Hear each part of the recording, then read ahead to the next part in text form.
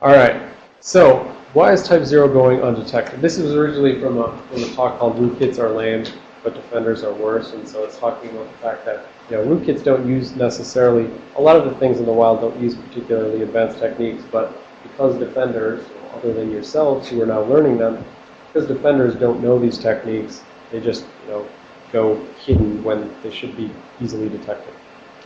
All right, so why are type 0 going undetected? Well, that's just your typical, overinvestment in blacklisting. If an attacker comes out with something new and they're using it for a very focused, targeted attack, there's no reason that that's ever going to be necessarily submitted to antivirus and therefore not going to help you out. And also, whitelisting is sort of underutilized in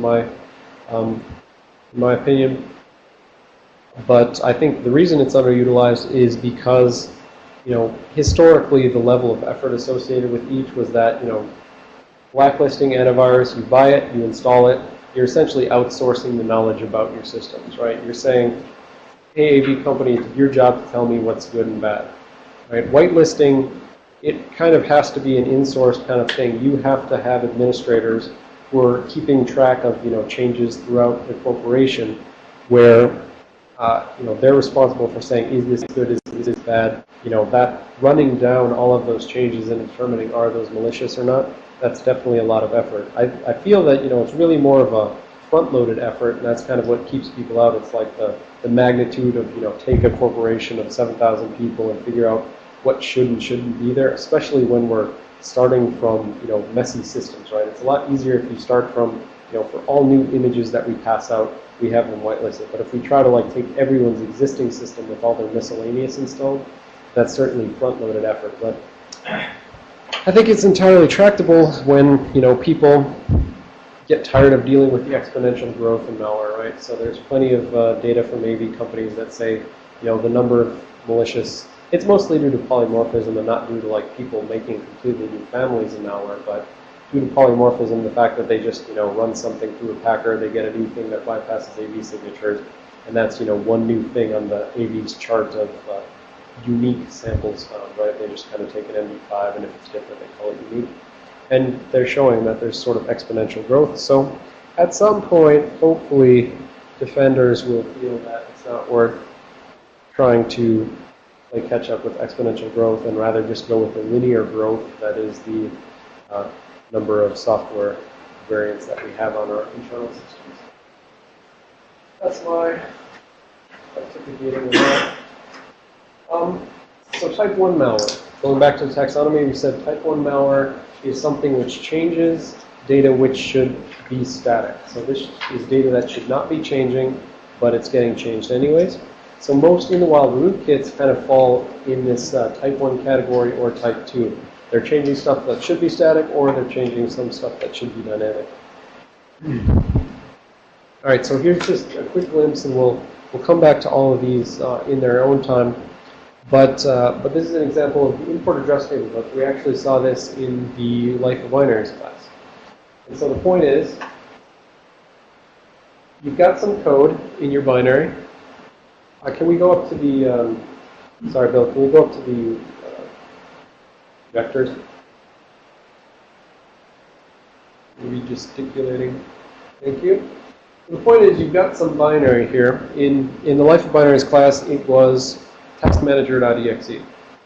Taskmanager.exe is going to go out and try to find a list of the currently loaded processes, right? And so it's called ZW query information or something like that, NT query information, we'll say. I don't remember the exact function. So there's some code which is going to call an imported function NT query information. Somewhere inside that binary, there's an import address table, which is just a big list of function pointers to those things which are imported from DLLs. So NT query information was imported from, I think, ntdll.dll. So normally the way it would work is task manager calls NT query information, and it calls it indirectly through this function pointer. So it says call whatever function pointer is here, and that would normally point at NT query information in ntdll.dll. But in that class, we had installed a DLL. We had injected a malicious DLL where it went in and changed the import address table, and it redirected it to the attacker's code. The attacker then called the original, and the original returned to the attacker's code, and he then filtered out any processes he didn't want them to see. So it filtered calc.exe. So task manager would never see calc because this code called that code, and then it filtered the result and sent back the results to the original code. And so we're going to come back to this notion at the end of this slide deck, in that you can think of a lot of the, especially static manipulations, you can think of a lot of the type 1 malware techniques as sort of man-in-the-middle attacks on the host. So it's because the attacker is able to interpose here on what should have been a call, straight up to that code. He's man in the middle. It's redirecting to the attacker up to that and back down. So whereas, plenty of people are familiar with network-based man-in-the-middle attacks and, the fact that the capabilities that gives the attacker, here you can see this is one of many ways that by changing static information, the attacker can man in the middle. And so the import address table, specifically, it's static information because we said in life binaries, you double-click on an executable, the OS puts it into memory, fills in the import address table with all the functions that you ask for, and then that's done. That should never ever change again. It's just filled in. But if it changes, if an attacker comes in and redirects it, then that's something which a defender can come along and look for. And so we'll see some of our tools show that type of change later. All right, so SSDT is the System Service Descriptor Table. On Windows, like on other operating systems, the kernel typically exports some set of functions to user space because the kernel is the one who's going to access all the hardware.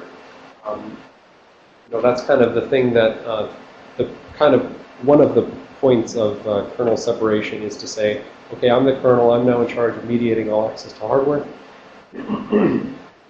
User space programs, you're required to go through me. And so on Linux or Mac or Windows, there's like a system call table is what you'd see it called on Linux, and this type of attack existed in Linux systems before people got around to making rootkits for Windows that used kernel separation. So the point is, there's some list of functions that the kernel exports, things like what is it here? ZW create file. So in order to access the file system, you're accessing hard drives, so you're accessing hardware. So user space code may not just go out and write to the file system. User space code must call some function to talk to the kernel, and the kernel then goes and accesses the file system and sends back in. And so how this works is, normally there's something like, the user would just, a user space programmer would just see this called like create file. Create file would eventually redirect to something like ntdll.dll again, which would call into the kernel. The kernel then has a big array of different function pointers for different things that it's exporting to user space.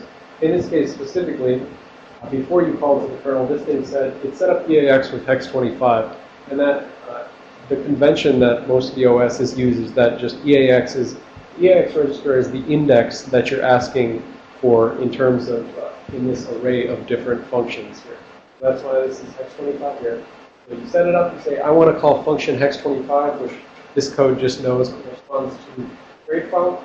It calls function hex 25, and normally this function pointer would point up here at the NT kernel proper. So that's where the implementation is usually done for the create file. But again, the attackers come in, replace the function pointer, redirects it to himself. Maybe he goes up to there, maybe he doesn't. But he's basically man in the middle of this call to a kernel function. And the alternative to that, it's the same thing, just a different place to man in the middle, is that, okay, well then, some defenders come in and they say, aha, I'll look for, changes to the system's service descriptor table. But instead of changing that, you can instead let it go to the original code. But then he does what's called an inline hook, where inline in the actual code that would be the implementation for that function, he puts a jump instruction, which just immediately jumps to the attacker code. He does whatever he's going to do. He takes the instructions that he overwrote in order to put in that jump instruction. He executes those before he's done, and then he just jumps back and executes the rest of the code. So just another way to man in the middle. And when it's an inline hook, you're actually overwriting existing code, and you copy the code that you're overwriting because you still need to execute that eventually. But in the case of inline hooks, the attacker has to be able to, for instance, disassemble the target. He knows that, for instance, his jump instruction is 5 bytes long, so he says, I need to copy, at least 5 bytes of code, but really I need to, stop on boundaries of, instruction granularity. So in this case, he gets lucky in that this is 2 bytes, 1 byte, 2 bytes, And that those 3 instructions just happen to correspond exactly to 5 bytes. And so he just needs to copy 3 instructions. If, for instance, these 3 instructions correspond to 7 bytes or something like that, he only wants to write 5 bytes. But if the instructions correspond to more bytes, he's got to copy all the instructions and then, just put in some no-ops, so jump, no-op, no-op, or something like that. I think we'll see an example of that later. If I open up McAfee example, but I can't because I don't have that. All right.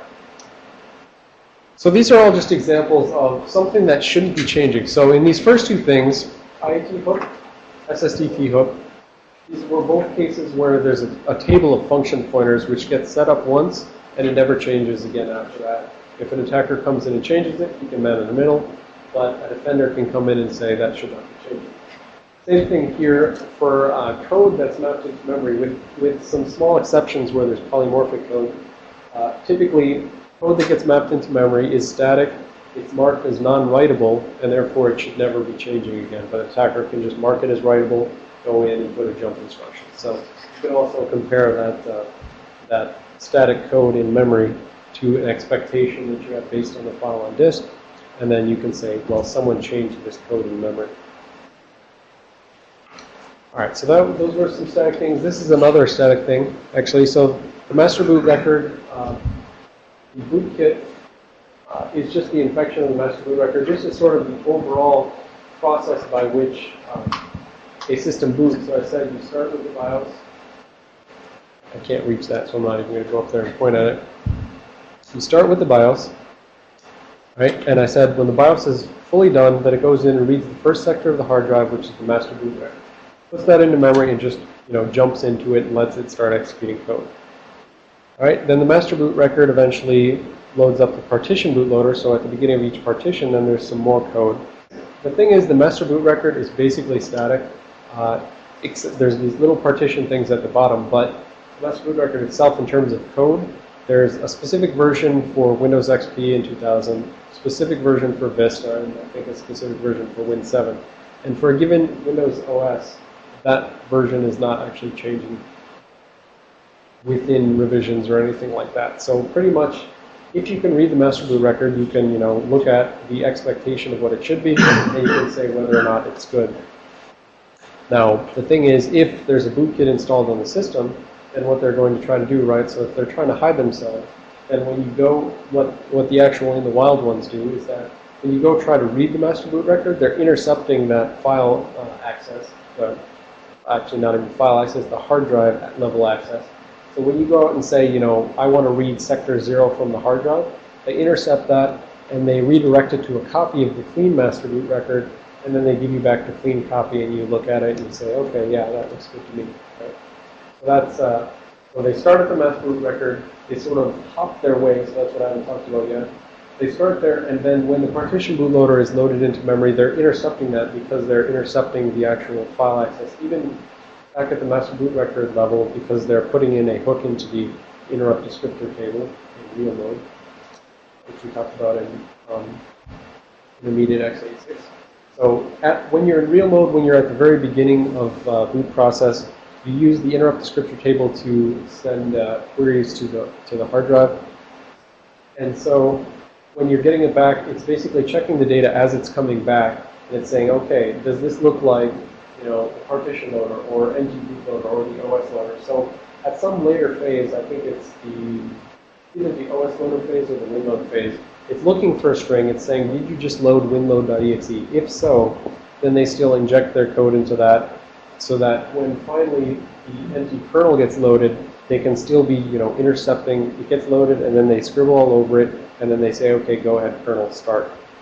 So they basically can hop their way along these phases so that they can compromise each phase before it actually starts executing code, so that ultimately they can compromise the kernel before it even starts.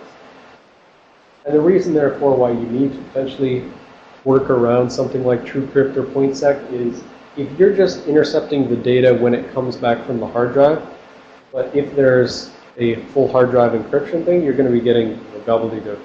Right? You're going to be getting encrypted data. So that's why they would, for instance, need to put an inline hook into the partition bootloader so that after the thing decrypts the data, when it's sitting there with a decrypted buffer, then it wants it to call back to its code, and then it wants to, search for signatures and stuff like that. So that's basically master boot record. Like I was saying, it's supposed to be static.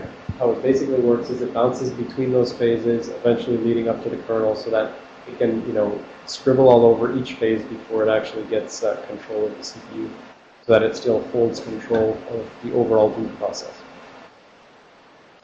All right, so detecting type 1, again, type 1, things that change stuff that shouldn't change. So my favorite was Gmer, but here comes a new challenger. Like I said, Virus Blockade are the people who found Stuxnet, a Belarusian company. And so I think that, they have like a beta out right now that adds some extra stuff, and I really like it because it has a lot more removable stuff. So I do the show you.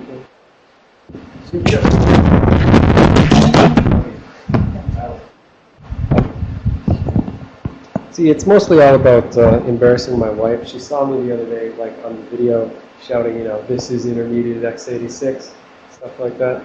So the important thing is she just cringes, and one's for you, honey. All right.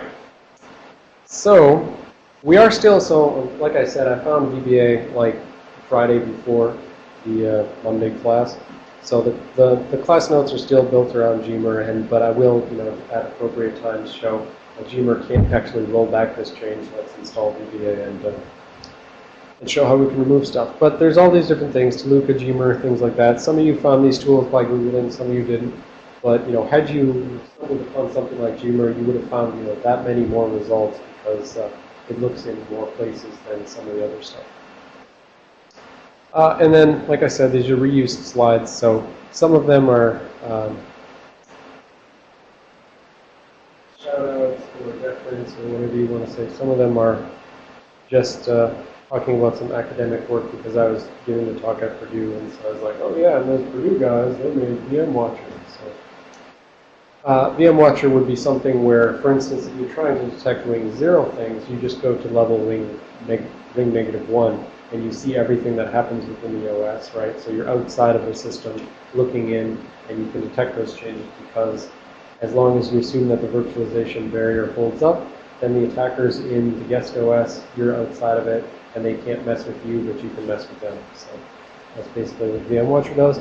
Microsoft had a thing called Strider Ghostbuster where it was trying to look for things specifically hiding their files, and it was using what's called cross-view detection, where the point is you look at something from two different perspectives.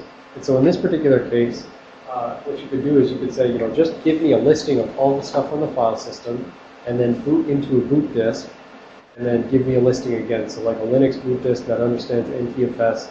The Linux boot disk is not going to be under the control of the rootkit necessarily. But typically the way the attacker is hiding is if they're in the OS, intercepting all those file system reads. Well, when you boot into Linux OS, they're not intercepting the file reads. So you get the clean view from the boot disk, you get the dirty view from within the OS, you dip the results, and then you say, okay, anything that shows up in the Linux boot disk that didn't show up inside, that means there is a rootkit hiding this file, right? And actually, you'll see when I distribute the anonymized write-ups, someone did actually go to this level, and they used like a Knoppix CD, where they booted from the CD and they did a file system view from inside and outside. So they essentially did the equivalent of what Ghostbuster did, which is fine because Ghostbuster never actually got released. So in terms of, so that was detecting type 1, so we're going to cover a bunch of that in this class anyways. In terms of preventing type 1, well, there's something called patch guard or kernel patch protection, which is a technique built into Windows x64. And the point of it is that they are looking sort of for those static things, these type 1 things, and built into the operating system is checks where when it gets started up, it will, for instance, it initializes the SSD key, and then it takes, you can think of it as taking a hash of it, and it stores the hash somewhere hidden where it's obfuscating what's going on. And then they periodically check the SSD key, and if it ever changes from that first clean hash, then they just immediately blue screen the system. Right, so they do that for things like the code. So essentially they're doing it for things like this. They're saying, check the entire SSDT, and if it ever changes, blue screen the system. So one, to some degree, it's the people on the phone. Check the SSDT, and if it changes, blue screen the system. To some degree, that's to detect rootkits and stuff like that. To a larger, I think, degree, it's to get third-party software off of these unsupported ways of doing things, where because rootkits hook the SSDT, but so do a bunch of security software and other, legitimate programs, as you may have noticed in your homework VM. You go and you look at a bunch of changes, and some of them look like they're associated with, zone alarm and trusteer rapport and what else was in there? Daemon tools, stuff like that, right?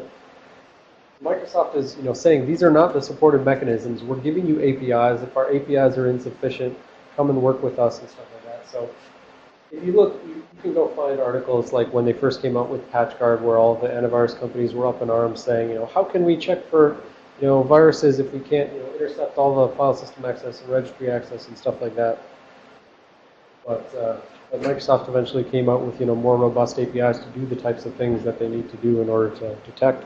And so they're really trying to push people away from these unsupported things. So they're saying, look, security software, stop changing that table. That should be fixed. Stop changing, putting jump instructions in the middle of, my kernel. That should not be changing. And so if you do that, then it blue screens. So they check like IDT, GDT, static code, SSDT, stuff like that, and they functionally take a hash at when they first set it up, and then because they know it should never change again, if they come back around later, they just sort of periodically check. And if it's changed, you get a blue screen. And so that's a good way to push the tools away from using those sort of mechanisms.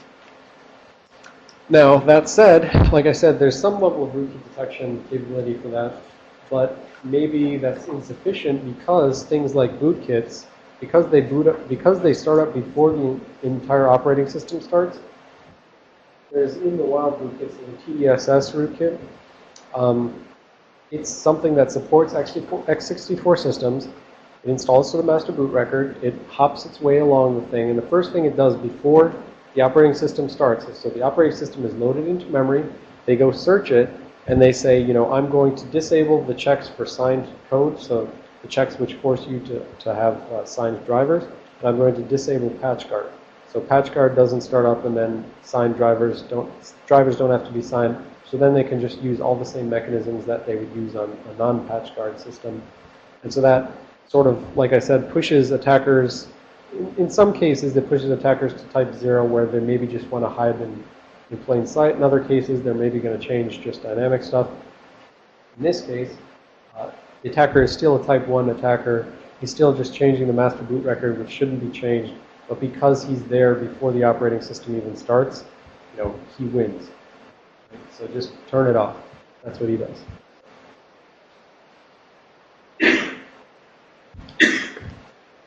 All right, and Nickel, again, was just a reference to some academic work, which was using virtualized system in order to validate all of the loads to memory so that, if this is something which we don't expect loading kernel module, then it disallows it. All right, so why are type 1 going undetected? Well, so I gave you a list of a bunch of things like GMER and VBA and stuff like that, right? So if I'm saying, this is one of the main reasons why rootkits are lame, they're just changing stuff that's easily detectable that it shouldn't be changed. Why is it still going undetected? Well, one of the problems is that the software like GMER and VBA, these are things which are meant to be run on single standalone systems, and you'll sort of see that as we use them. It's got a GUI interface. Most of them don't have command line version where it just spits out standard out. The VBA people say they are working on a command line version, so that'll be good because it's a good detector, and potentially you could drop it to a system, spit it out to command line, and just pull back the result. But most of this stuff is meant to be run, go double click and click around tabs and stuff like that. So that doesn't exactly lend itself to enterprise use, right? It's really more like a home user. But the problem is the home users aren't really going to understand the results, right? So more like a forensics guy is coming in and he really knows what he's looking for, and he's got like a VM version of the system he's captured. He's looking. So that's this bullet point 2 is that the best detectors, the ones we're going to talk about here, you need this level of multi-day class in order to even really understand what they're trying to tell you about what changed. So that's part of what this is trying to address, is that, at least now you'll have the level of knowledge that you can understand what it's trying to say. So at such point, then the rootkit hiding becomes quite shallow. All right, so any questions on type 1 before I go on quick? Again, those are just changes stuff that shouldn't be changed. We're going to go into each of the exact techniques later, but any general questions about this? Anyone on the phone have any questions? Anyone new show up? No.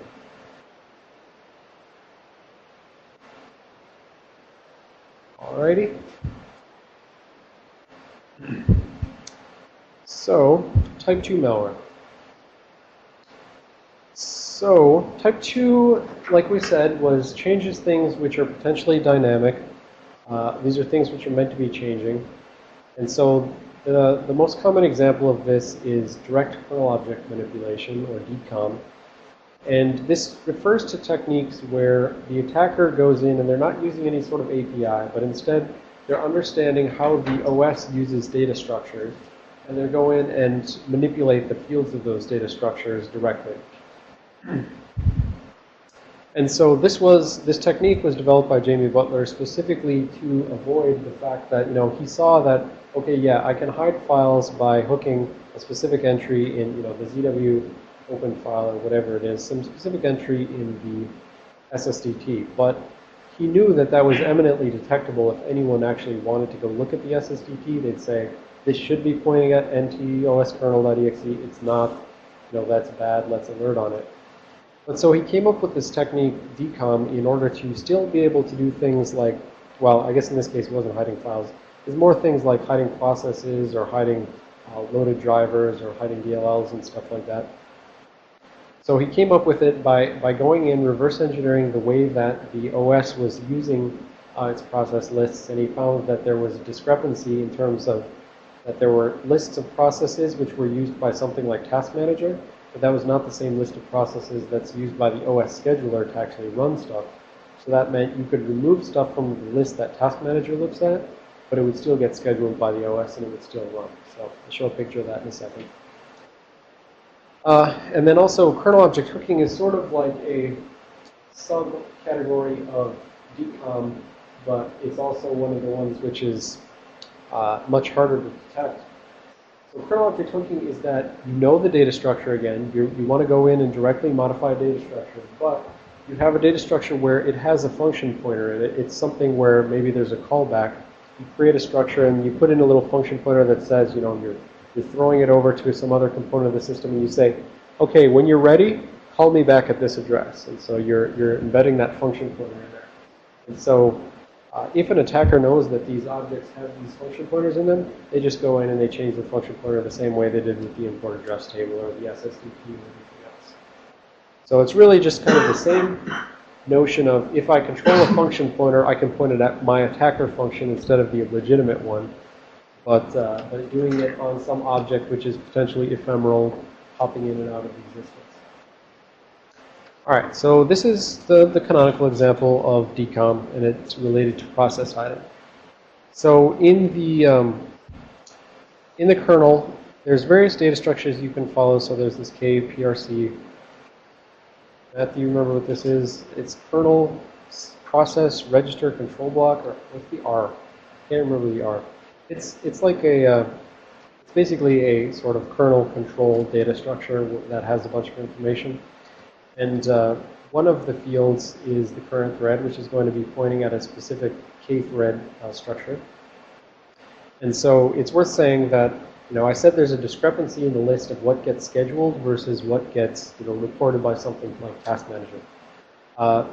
Windows and other OSs like Linux, they tend to schedule things at the thread granularity, and I mean, really that makes sense because, you may have a process and it may have multiple threads in it, right? But someone's got to say, okay, you thread stop now, you thread go, right? So, and that's the kernel. So across all the processes, there's potentially many threads within a process, but it's the kernel's job to say, okay, you've had enough time, it's time for this next thread to run. You've had enough time, it's time for the next thread to run. And so there's a list that the kernel uses of threads in order to do things. But there's also this list of structures called eProcess structures. And this is the list, actually, which this is the list from which data is taken in order to report what processes are running when you run task list or task manager or anything else like that, or even process explorer. It's actually, it calls a function like ZW query information. That goes into the kernel. It walks this list because you can see that, we've got a linked list here where every e-process is linked to every other e-process. So when you call a certain API, it goes in, walks that list, pulls the name field out of each of them, and then returns it back to say, here's my list of processes, and here's all of their process IDs and stuff like that. All right, so in a DCOM attack here where you're trying to hide a process, what you do is essentially just unlink a process from that list. So because we know that the kernel is not like running around looking at e-process structures, the kernel is looking at thread structures, which bear some relation to this, but are not directly applying to this list. So all the attacker has to do is go in, walk this chain, start it here, go to that structure, find this structure, go to that, and then for whatever he wants to take out, he just says, okay, well, your forward link may have, used to point, well, he doesn't actually have to change this. It's more like, for this process right here, he says, okay, whereas your forward link used to point to this one in the middle, now I'm going to point your forward link to this third one here, right? So you used to point at the next one, but instead point over it to that. And the third one, it used to point back to the middle one, but instead point back to the first one. And so you're essentially unlinking these things. It's going to move your bike because every time you turn to the screen, feeding out something. Yeah.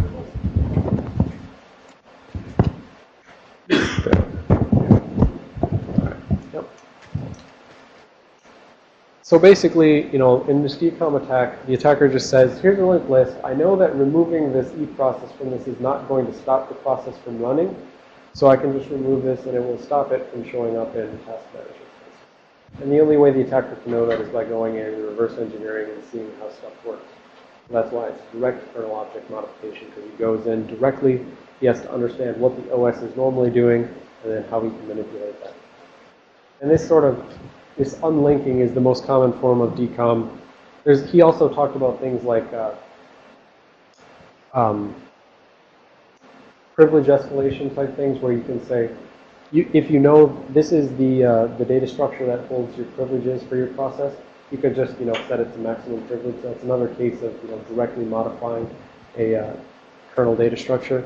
But I'm not going to talk so much about that because that's less related to the hiding side of things, right? So this is more where you definitely are hiding something here, but there's other things like privilege escalation, which are tangentially related. All right, and so then kernel object hooking, this was described by Greg Coughlin, and like I said, it's basically, can we go to the board?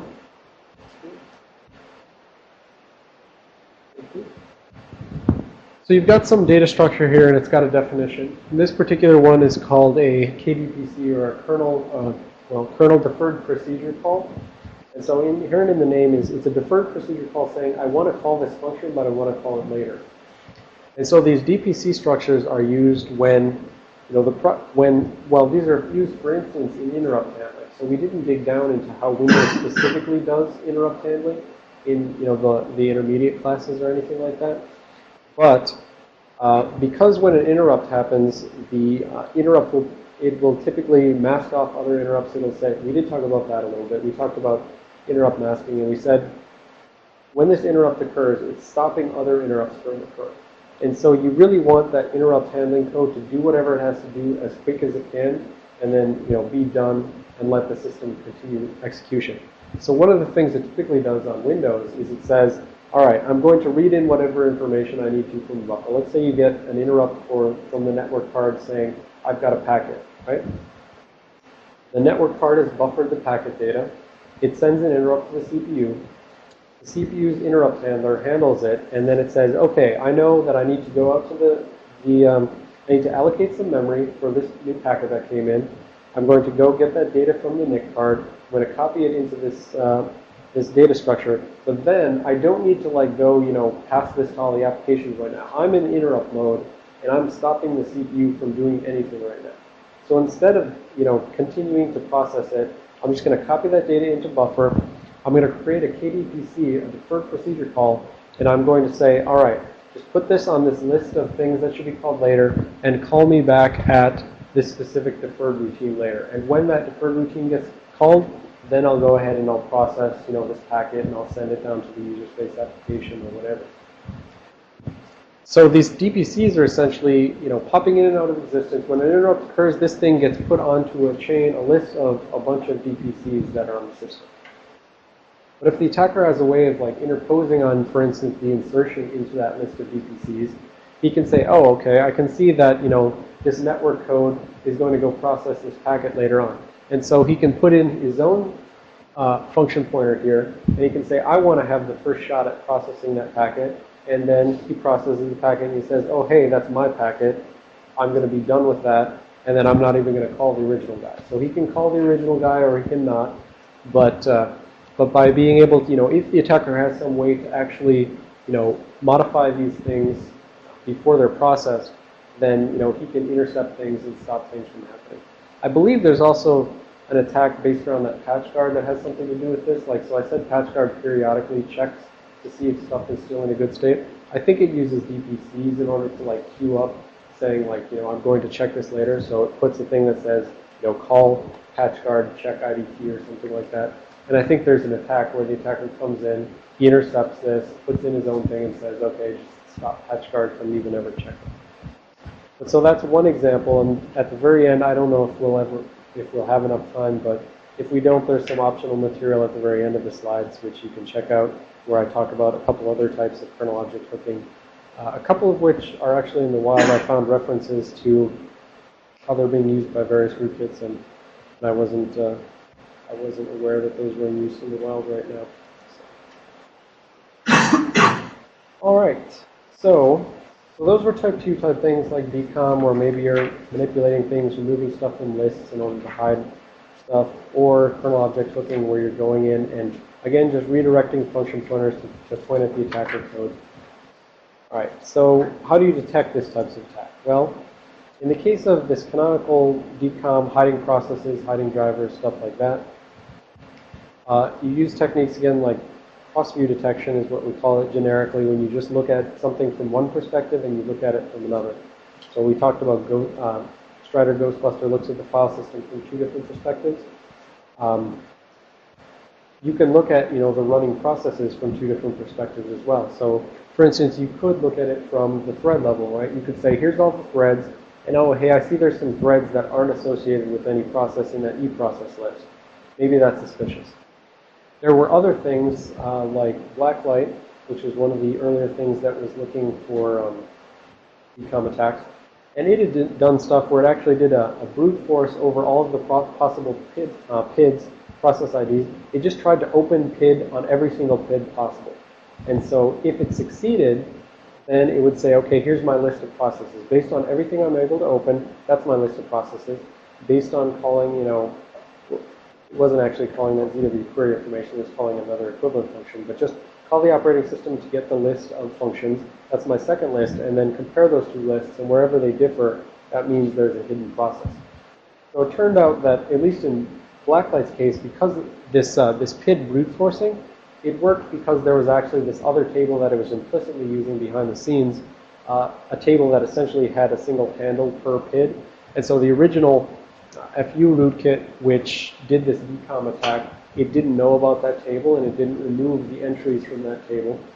And so that's why Blacklight could go ahead and open up a handle to a process even though it has been unlinked from that eProcess list. But then Peter Silverman, another person came along and improved the FU rootkit in order to recognize that, okay, the reason Blacklight works is because behind the scenes, the opening process actually consults this little table of handles for every process. So he comes in and he removes it from that as well, so that no longer will this PID brute force work. And then he has to play some other tricks to do it. But then that was, a back and forth where eventually this FU rootkit would be hidden. But there's still other ways like checking all the threads and stuff like that. Or you can, we talked about in the intermediate class the notion of page faults and stuff like that. We said when you run out of physical memory, right, you take some physical memory and you swap it to disk. Right, so that's your swap on Linux and stuff like that, or you page it to disk. you can take an intercept on that function which moves data in and out from disk to memory. And, when you see data being moved out to disk and you see someone was executing there, you can say, I've got executable code here, but that doesn't correspond to any of my processes, so maybe there's a hidden process, or maybe there's, just a hidden thread or something like that. So there's various ways you can use cross-view detection to look from two different ways instead of just consulting your one eProcess list.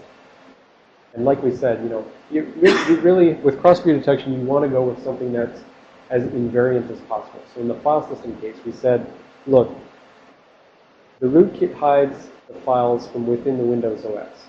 But when you boot up to a clean Linux system where it's, built from a clean state, they're not, unless they're, hooking the master boot record or something else where they're really early, the invariant there is that, this should be a clean thing and you shouldn't be able to hide your files when you're booted into a Linux CD, but you can from the other. So that's kind of, that should always detect it. Similar thing, like we said,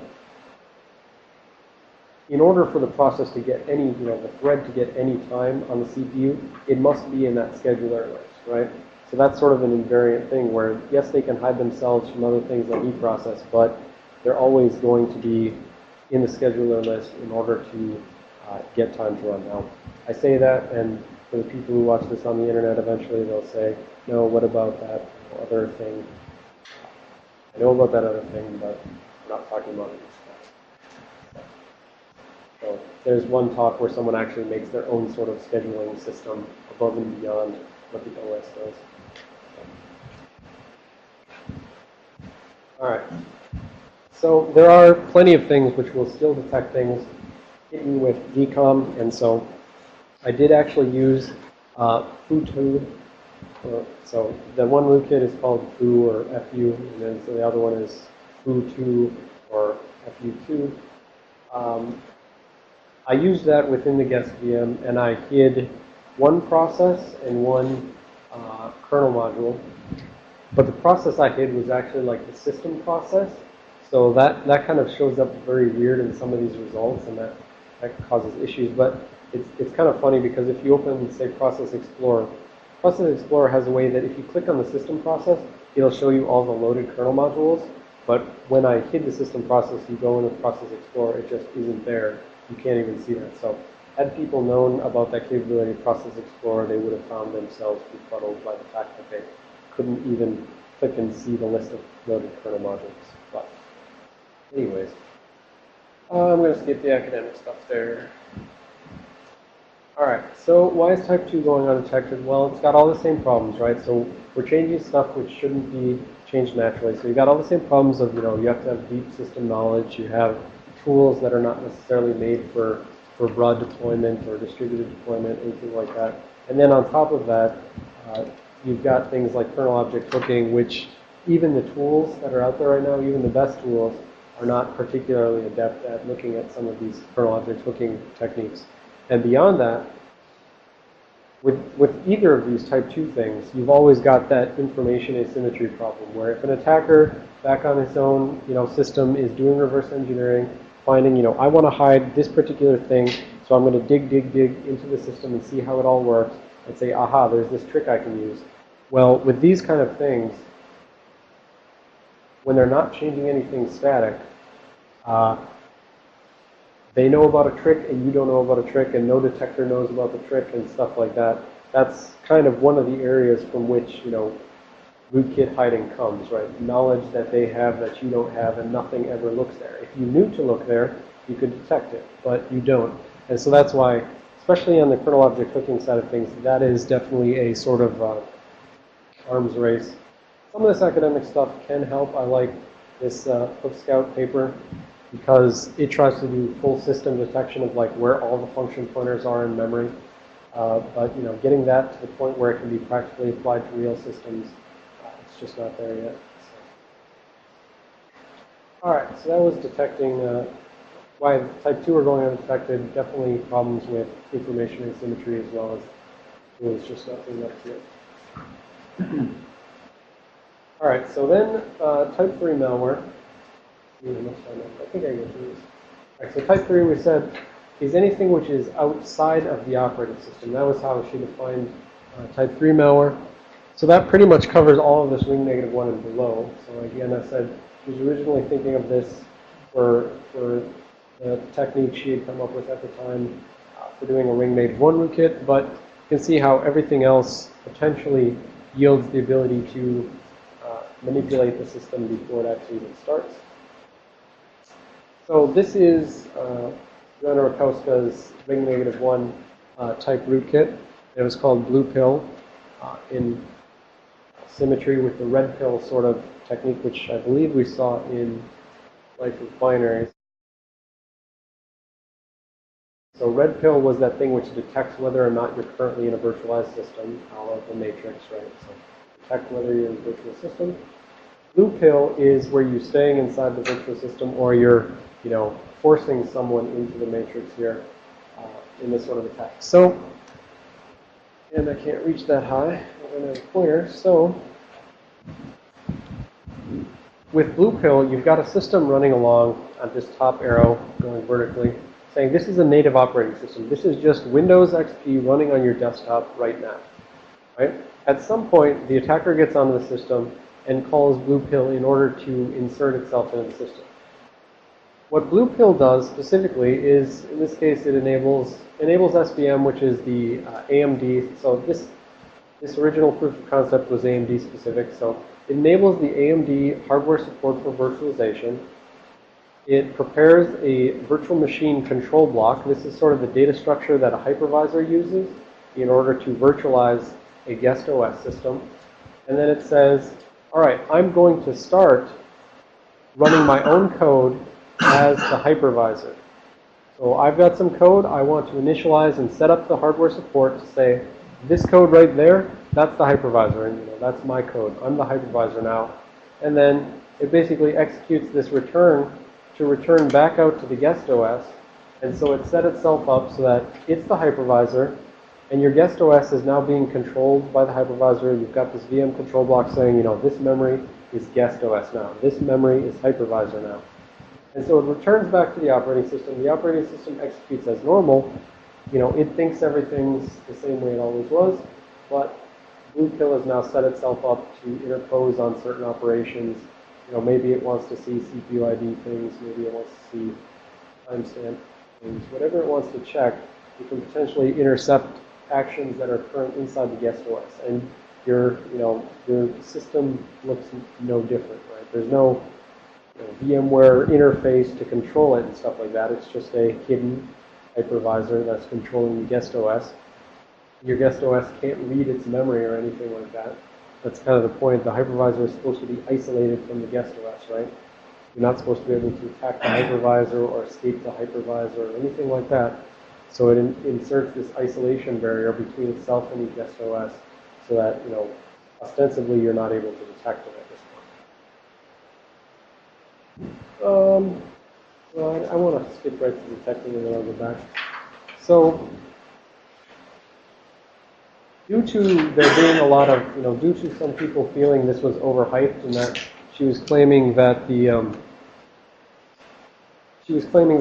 long as Intel and AMD have implemented the hardware support for virtualization properly, then there should be no way to detect that I'm virtualizing the system. But, a lot of people came out then with, papers, this Joanna, the virtual rootkit is dead, and especially this compatibility is not transparency. The fact that you can install, the support for virtualization, it's meant to be compatible. It's meant to make the guest OS work the same way that it always works. It's supposed to be transparent to the guest OS, but it's not transparent in the sense that the guest OS can never find out that it's in a hypervisor. I mean, she kind of showed that with red pill. She showed I'm within a hypervisor, or I'm virtualized right now. I can detect it through, quirks and foibles of the system. Now, that particular one she detected could have been fixed so that you can't use it. And there's like a whole bunch of little tricks that you can use, but most of them can pretty much be fixed. But both of these papers basically focused on using timing side effects on the system in order to detect it. So whereas, yes, the rootkit can, intercept your activity within the guest OS, but that's going to take some amount of time, and then it's going to let the guest OS resume. Well, in the simplest possible case, you could just do something like an RDTSC instruction that we learned in the intermediate x86 class. We said that's the timestamp counter, tells you how many ticks of the CPU have occurred, right? And you could say, well, on my normal, whatever it is, Core 2 Duo with 3 gigahertz, I know that a CPU ID instruction should take 100 ticks or something like that. And so you do a CPU ID instruction, and you see it's coming back with like 400 ticks. Well, that's like dramatically more than it should ever take. Maybe there's a hypervisor intercepting things. You can try doing a bunch more things. You run it, a million times. You average the time, and at some point you can get a notion that there is something going on in the system. The timing behaviors just doesn't make sense.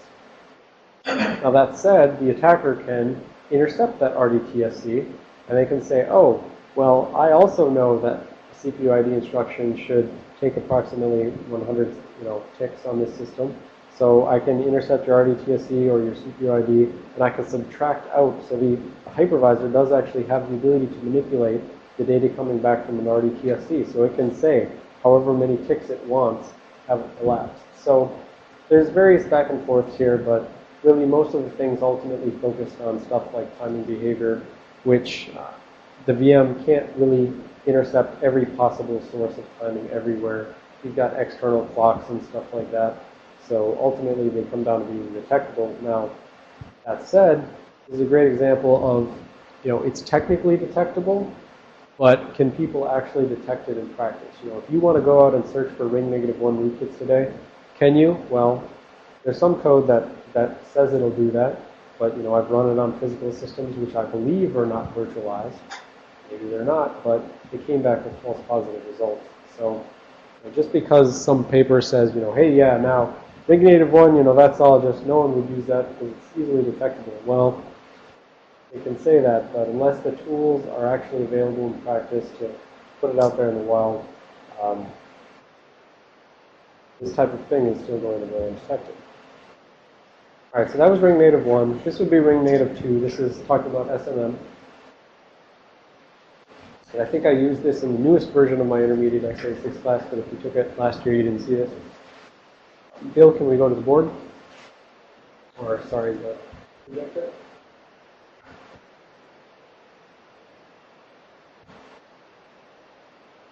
Bill, can we go to the projector?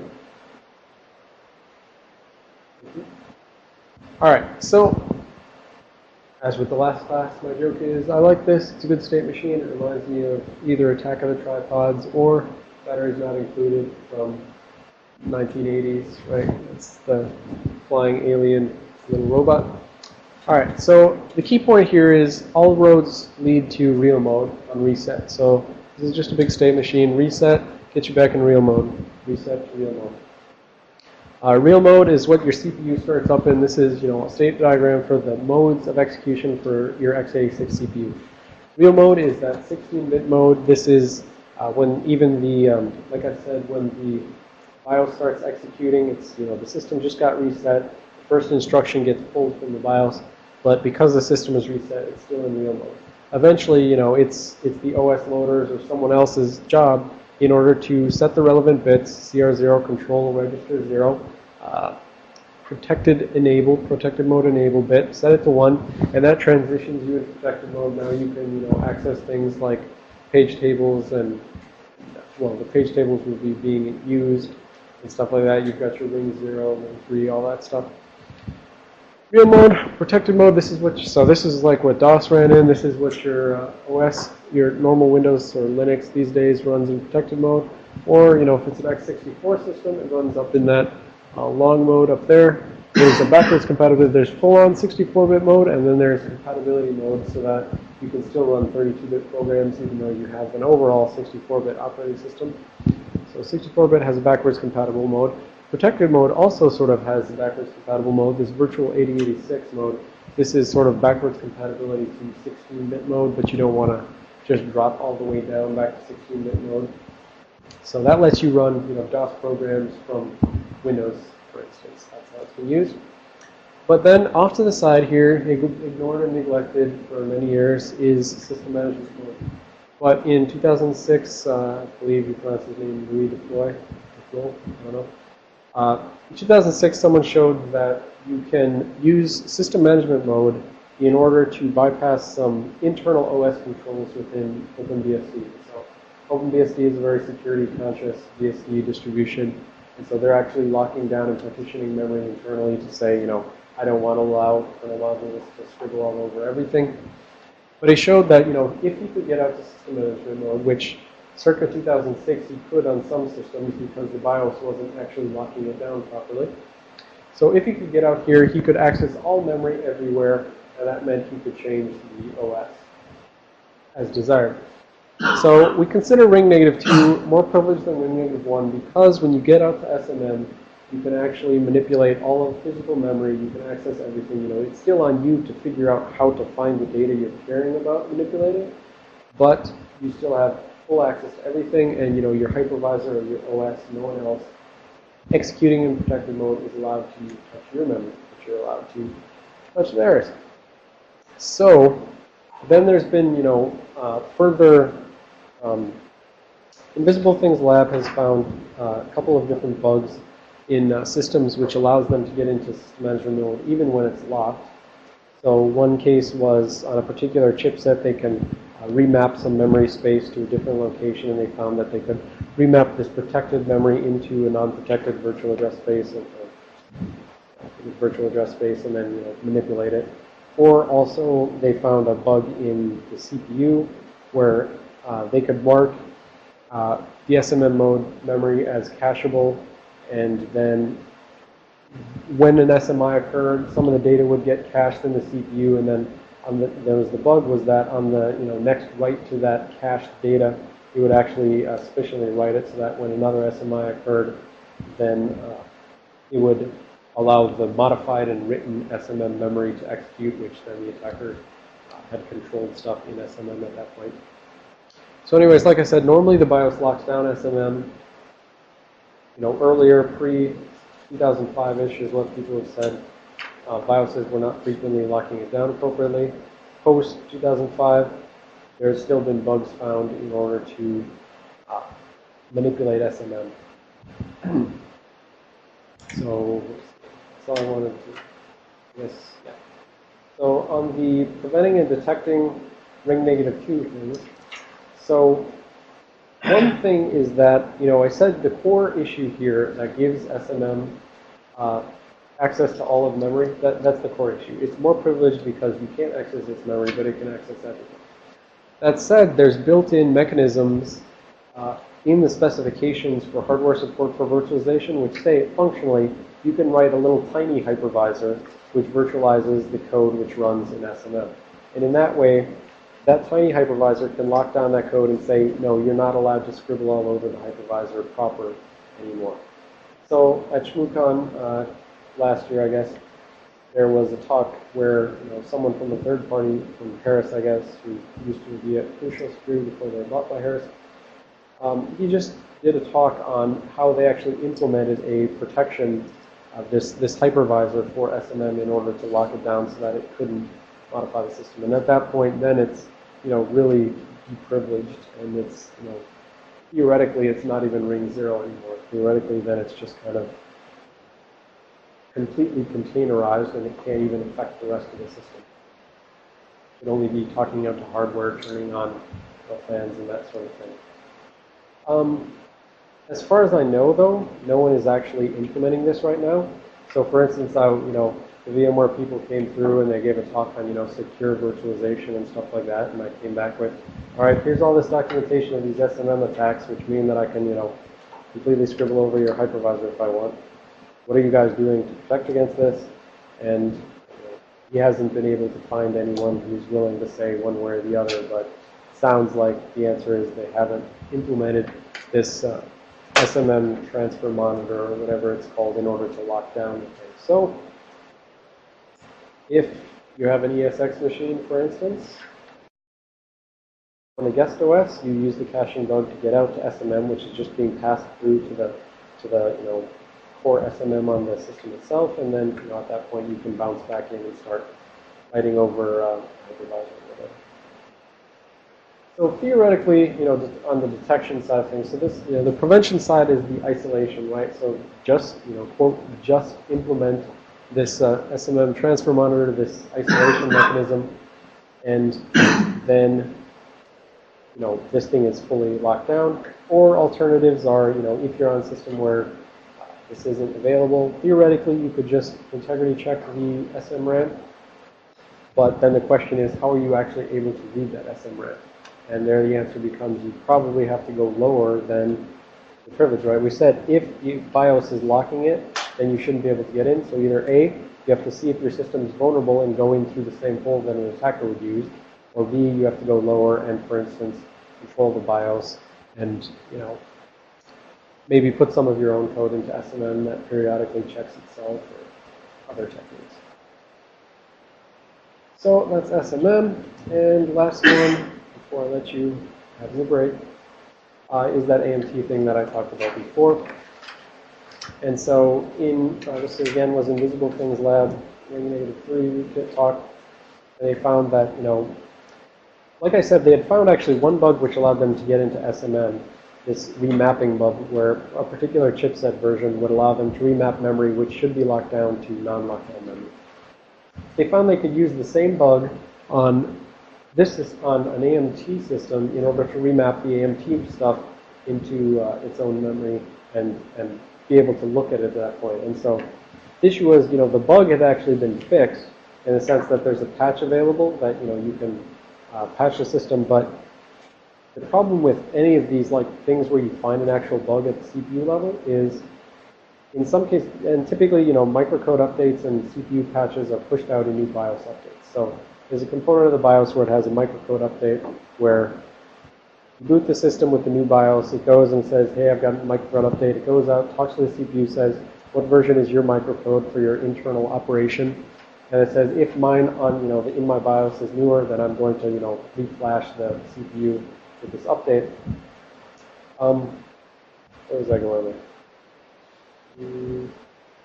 The problem is, even if you flash the CPU with a new update, potentially, and at least in this case, they claim that this was the case, you can go and flash it back to an older version of the BIOS, right? So you can just backflash it in order to put it back into a vulnerable state. So that's really a problem with when these guys found stuff in the actual CPU type thing and the chipsets and problems like that. You can reflash things back to a vulnerable state. Now, the question is, how do you flash things remotely, and that's a different problem. But anyways, so in the AMT case, basically the point was, we said the AMT lives in the North Bridge. It's the thing which mediates access to all the memories. They found that they could remap memory and analyze it and stuff like that. They found there was some code which would periodically get executed even when AMT was technically not enabled according to the BIOS. So in the BIOS, you turn on AMT or turn off AMT. And they found that even when that was not enabled, even when AMT was not enabled, the subcomponent of the chipset code was still being executed periodically by a timer interrupt or something like that. And so they had found that, they could remap this to memory where they could write to it and control it. And so essentially they could, write this and it would periodically be called whether or not whether or not AMT is enabled or not. And then at that point, they actually use DMA from within the chipset in order to reach out and touch the host OS and stuff like that. So this is another example where I said you get really low, but the problem is you go low in order to persist, in order to hide, because people don't know how to detect you. But you still have to kind of come back up high in order to find the stuff you're trying to attack, right? It's all good and well to say, I'm super low rootkit and I'm installed, but then what do you do at that point, right? Presumably you still have some goal of monitoring the system, stealing data, whatever you're trying to do, you still have to probably bounce back up to a higher level and do your actual goal. All right, so ring -3 detection, right? So how do we detect this? Well, theoretically, you could either first, so you could have another piece of code in the AMT code watching for this. And this is not entirely unreasonable because the year before they talked about the AMT thing, Intel guy actually gave a presentation where he said, hey, those SMM rootkits? I know, I can fix that because I'll live in the North Bridge and we'll run a custom firmware in the North Bridge, and then that'll be, searching for SMM rootkits, verifying the SMM memory, right? So the question then is, if this deep watch thing is already in is already in the Northbridge, and the attacker can get code in Northbridge, who wins, right? At some point, at some level, you always come down to a point where you can always keep playing the game of I'm just going to get one level lower than the attacker, and that's how I'll detect them. But the attackers keep seeming to be able to get down to those same low levels. So, personally, my thought on this is that at some point you have to make a stand. And that's where this self-attestation technique comes in. So there's this thing called SWAT, which was the application to embedded devices, SBAP. I think SBAP was, if I'm remembering correctly, I really should go look that up. I think SBAP was actually the application to a keyboard. I'll talk about that in a second. And then there's another thing called Pioneer, which is the application to OSs. So self-attestation or software-based attestation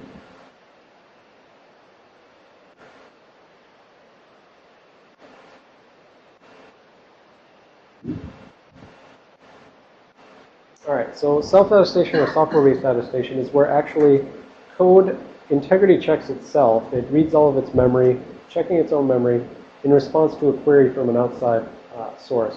And so you say, some other source says, dear Northbridge, check thyself. It does a self-checksum, which is supposed to take some certain, based on the code that it uses to check itself, it should take a discrete amount of time in order to read all of its code, go through however many looping iterations. And then it sends back a result to whoever asked for it, saying, here's my state right now, and then, it can go on to check the rest of the information. And so with self-attestation, it's sort of exploiting timing side channel. So when the verifier comes in and says, dear Northbridge, please tell me your state, it sends a query, it sends like a nonce so that there's a fresh challenge, and then it gets back a result. So it's from the time in which it sends the query to the time it gets the result back, that time should be fairly finite because there should only be so many CPU cycles in the number of iterations that self-checking code should take. If an attacker comes in there and starts putting if conditionals in, where he's saying like, if you're trying to read my attacker code, then I'll give a clean copy back, that starts adding more instructions, which over the potentially millions or billions of iterations this thing is doing over its own code, those more instructions, one extra instruction turns into a billion extra instructions if you're looping a billion times reading your own code, and therefore that turns into a billion times slowdown, so the verifier can potentially see a difference. So some people at CMU have applied this to interesting things. So SWAT was originally for like a PDA type device. So you got one PDA and you got another PDA, and it wants to say, is this still any good? Got the verifier over here. It says, PDA, tell me if you're good. Sends back the result, and then based on the timing, it can say whether that's any good or not. In the SBAP case, there was an attack again like 2 years ago or 3 years ago at Black Hat, where someone said for the wireless keyboard for Macs, the Apple wireless keyboard, it has a little microcontroller in it, and someone reverse engineered that and showed how they could essentially insert a keystroke logger into the microcontroller of the Apple Bluetooth wireless keyboard. But in SBAP, I believe, if I'm not misremembering, they applied the self-attestation. They put code in the microcontroller for the keyboard using the exact same technique that the attacker did. They put code in there, and then it basically verified itself, and it was able to show that when the attacker was present, it had a different timing in terms of how long it took to verify itself. And then Pioneer was the application of the same technique to a full x86 Linux OS in that case. Linux OS, I think. All right. But anyways, mostly the point is you're SOL on ring negative 3 detection. We're not aware of anyone using it, but similarly, we're not aware of anyone not using it because we're not looking, because it's catch-22, because, I said I don't know of anyone using ring negative 1 in the wild.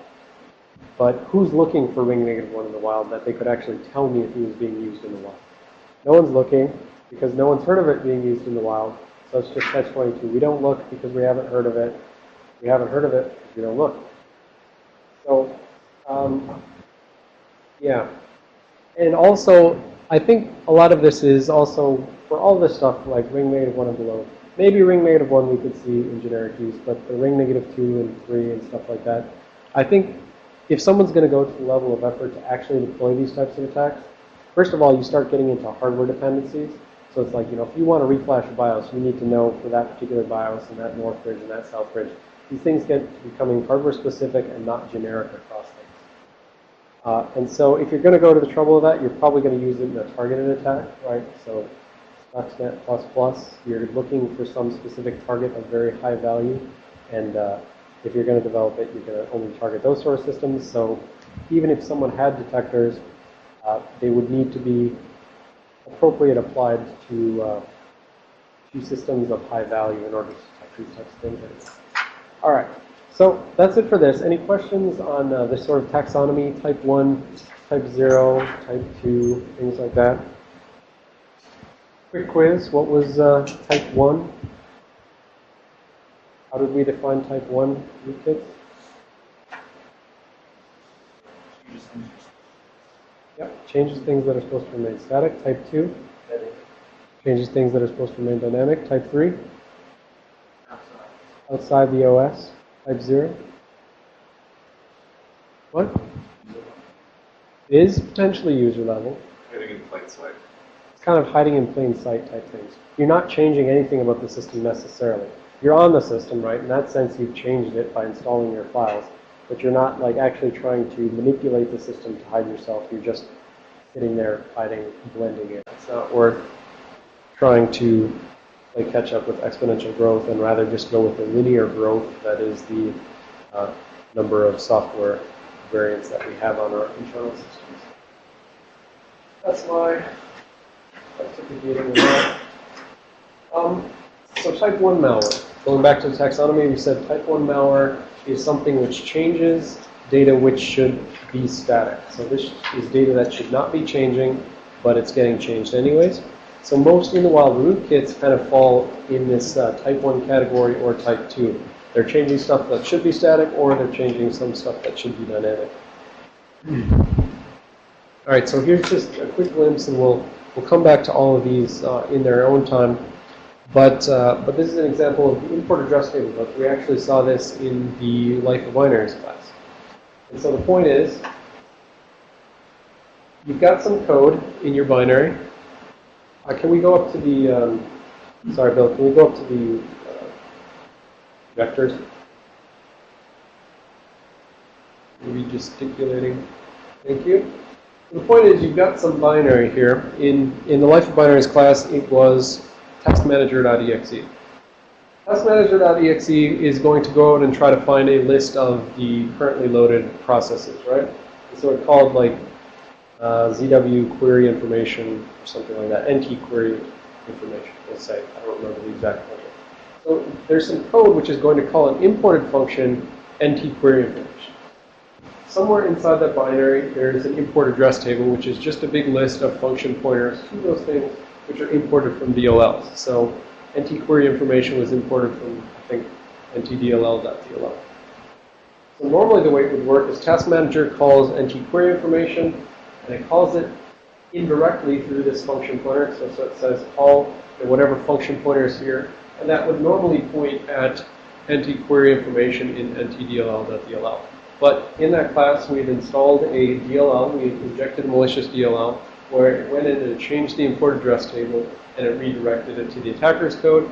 The attacker then called the original, and the original returned to the attacker's code, and he then filtered out any processes he didn't want them to see. So it filtered calc.exe. So task manager would never see calc because this code called that code, and then it filtered the result and sent back the results to the original code. And so we're going to come back to this notion at the end of this slide deck in that it set up EAX with hex 25, and that the convention that most of the OSs use is that just EAX register is the index that you're asking for in terms of in this array of different functions here. So that's why this is hex 25 here. So you set it up, you say, I want to call function hex 25, which this code just knows corresponds to grade file.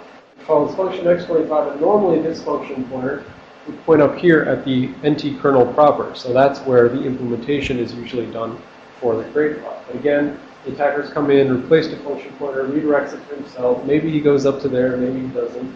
But he's basically man in the middle of this call to a kernel function.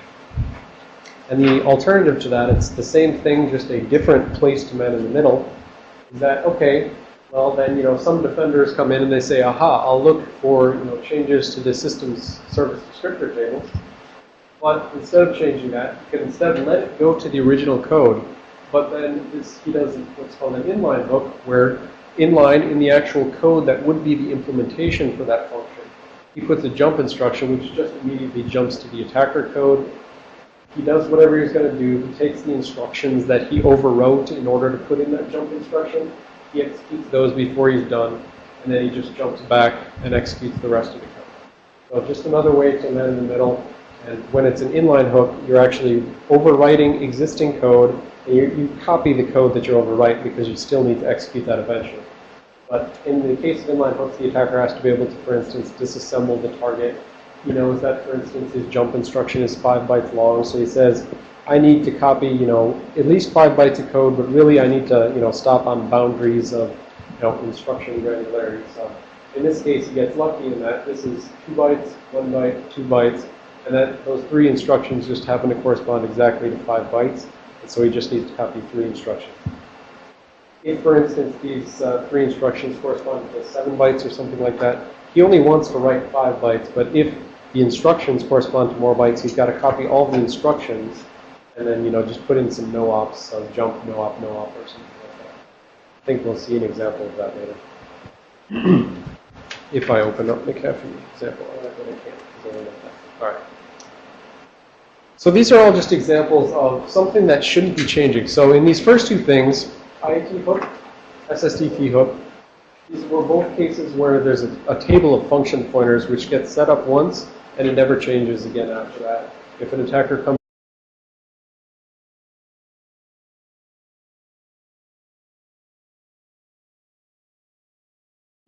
All right, so why is type 0 going undetected? This was originally from a talk called Rootkits are lame, but defenders are worse, and so it's talking about the fact that rootkits don't use necessarily, a lot of the things in the wild don't use particularly advanced techniques, but because defenders, other than yourselves who are now learning them, because defenders don't know these techniques, they just go hidden when they should be easily detected.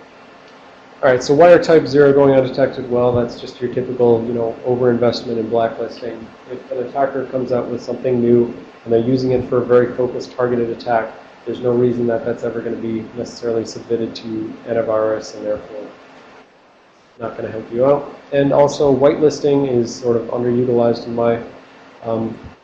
my opinion. But I think the reason it's underutilized is because historically, the level of effort associated with each was that, blacklisting antivirus, you buy it, you install it, you're essentially outsourcing the knowledge about your systems, right? You're saying, hey, AV company, it's your job to tell me what's good and bad, right? Whitelisting, it kind of has to be an in-source kind of thing. You have to have administrators who are keeping track of, changes throughout the corporation where they're responsible for saying, is this good, is this bad? That running down all of those changes and determining are those malicious or not, that's definitely a lot of effort. I feel that, it's really more of a front-loaded effort, and that's kind of what keeps people out. It's like the magnitude of, take a corporation of 7,000 people and figure out what should and shouldn't be there, especially when we're starting from, messy systems, right? It's a lot easier if you start from, for all new images that we pass out, we have them whitelisted. But if we try to take everyone's existing system with all their miscellaneous installed, that's certainly front-loaded effort. But I think it's entirely tractable when, people get tired of dealing with the exponential growth in malware, right? So there's plenty of data from AV companies that say, the number of malicious, it's mostly due to polymorphism and not due to people making completely new families of malware, but due to polymorphism, the fact that they just, run something through a packer, they get a new thing that bypasses AV signatures, and that's, one new thing on the AV's chart of unique samples found, right? They just kind of take an MD5, and if it's different, they call it unique. And they're showing that there's sort of exponential growth. So at some point, hopefully, defenders will feel that and it changes it, you can man in the middle, but a defender can come in and say that should not be changing. Same thing here for code that's mapped into memory, with some small exceptions where there's polymorphic code. Typically, code that gets mapped into memory is static. It's marked as non-writable, and therefore it should never be changing again. But an attacker can just mark it as writable, go in and put a jump instruction. So you can also compare that static code in memory to an expectation that you have based on the file on disk, and then you can say, well, someone changed this code in memory. All right, so those were some static things. This is another static thing, actually. So the master boot record, the rootkit is just the infection of the master boot record. This is sort of the overall process by which a system boots. So I said you start with the BIOS. I can't reach that, so I'm not even going to go up there and point at it. You start with the BIOS, right? And I said when the BIOS is fully done, then it goes in and reads the first sector of the hard drive, which is the master boot record. Puts that into memory and just, jumps into it and lets it start executing code. All right, then the master boot record eventually loads up the partition bootloader. So at the beginning of each partition, then there's some more code. The thing is, the master boot record is basically static. There's these little partition things at the bottom, but the master boot record itself, in terms of code, there's a specific version for Windows XP in 2000, specific version for Vista, and I think a specific version for Win 7.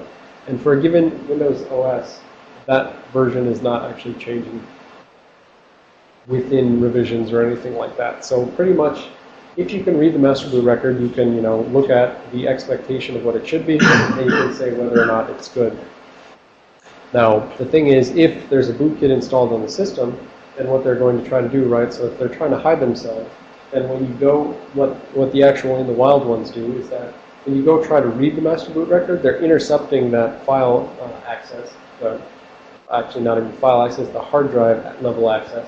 So when you go out and say, I want to read sector 0 from the hard drive, they intercept that and they redirect it to a copy of the clean master boot record, and then they give you back the clean copy and you look at it and you say, okay, yeah, that looks good to me.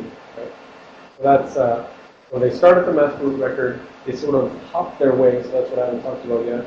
They start there, and then when the partition bootloader is loaded into memory, they're intercepting that because they're intercepting the actual file access, even back at the master boot record level, because they're putting in a hook into the interrupt descriptor table. You can think of a lot of the, especially static manipulations, you can think of a lot of the type 1 malware techniques as sort of man-in-the-middle attacks on the host. So it's because the attacker is able to interpose here on what should have been a call, straight up to that code. He's man in the middle. It's redirecting to the attacker up to that and back down. So whereas, plenty of people are familiar with network-based man-in-the-middle attacks and, the fact that the capabilities that gives the attacker, here you can see this is one of many ways that by changing static information, the attacker can man in the middle. And so the import address table, specifically, it's static information because we said in length binaries, you double-click on an executable, the OS puts it into memory, fills in the import address table with all the functions that you ask for, and then that's done. That should never ever change again. It's just filled in. But if it changes, if an attacker comes in and redirects it, then that's something which a defender can come along and look for. And so we'll see some of our tools show that type of change later. All right, so SSDT is the System Service Descriptor Table. On Windows, like on other operating systems, the kernel typically exports some set of functions to user space because the kernel is the one who's going to access all the hardware. That's kind of the thing that one of the points of kernel separation is to say, okay, I'm the kernel, I'm now in charge of mediating all access to hardware. User space programs, you're required to go through me. And so on Linux or Mac or Windows, there's like a system call table is what you'd see it called on Linux, and this type of attack existed in Linux systems before people got around to making rootkits for Windows that used kernel separation. So the point is, there's some list of functions that the kernel exports, things like what is it here? ZW create file. So in order to access the file system, you're accessing hard drives, so you're accessing hardware. So user space code may not just go out and write to the file system. User space code must call some function to talk to the kernel, and the kernel then goes and accesses the file system and sends back in. And so how this works is, normally there's something like, the user would just a user space programmer will just see this called like create file. Create file would eventually redirect to something like ntdll.dll again, which would call into the kernel. The kernel then has a big array of different function pointers for different things that it's exporting to user space. In this case specifically, before you call to the kernel, this thing says